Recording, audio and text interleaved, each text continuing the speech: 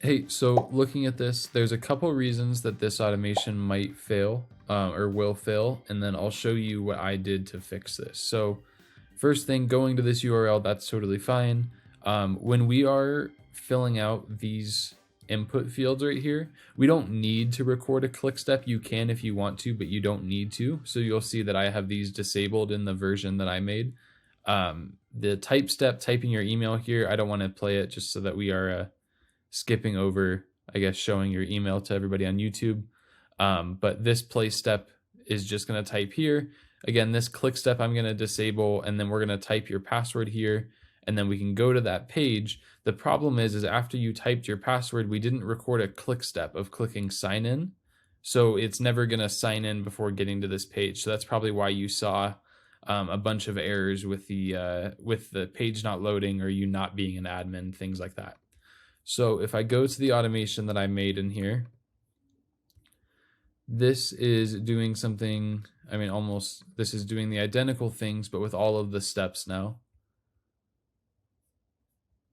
So once this takes us here, I'm going to go ahead and pause this really quick just because this is going on YouTube so that it doesn't show your email. It shouldn't show your password too, but we're just going to play these steps right here. Step 3 to fill out the email. Skipping this because we don't need to. Step 5 to type in the password. And then step 6 is clicking sign in. So just a second.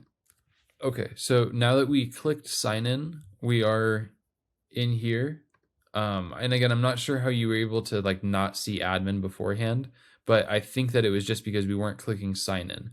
And then you had this go to page step, which was taking you here, which I assume if we went to this go to page step itself, you probably could see something like this.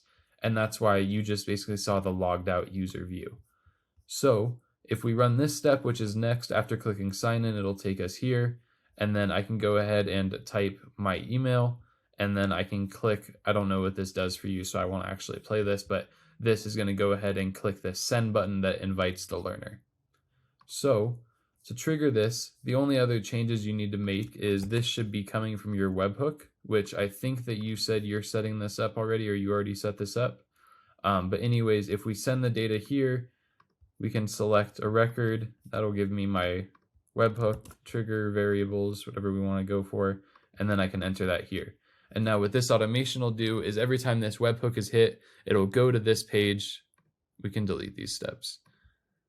It'll go to these page, type in your email, type in your password, click the sign up button or sign in button, and then go to your page, type in the email, and click submit. So I'm going to go ahead and disable this because, again, I don't know if this actually changes anything for you, and I don't want to invite myself a bunch of times to your platform.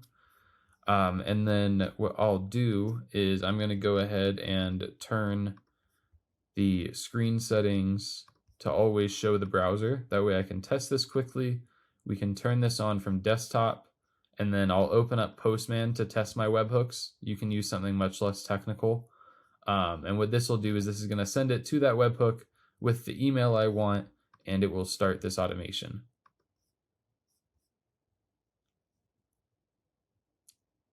And I will pause this at some point so that it can type in the login details.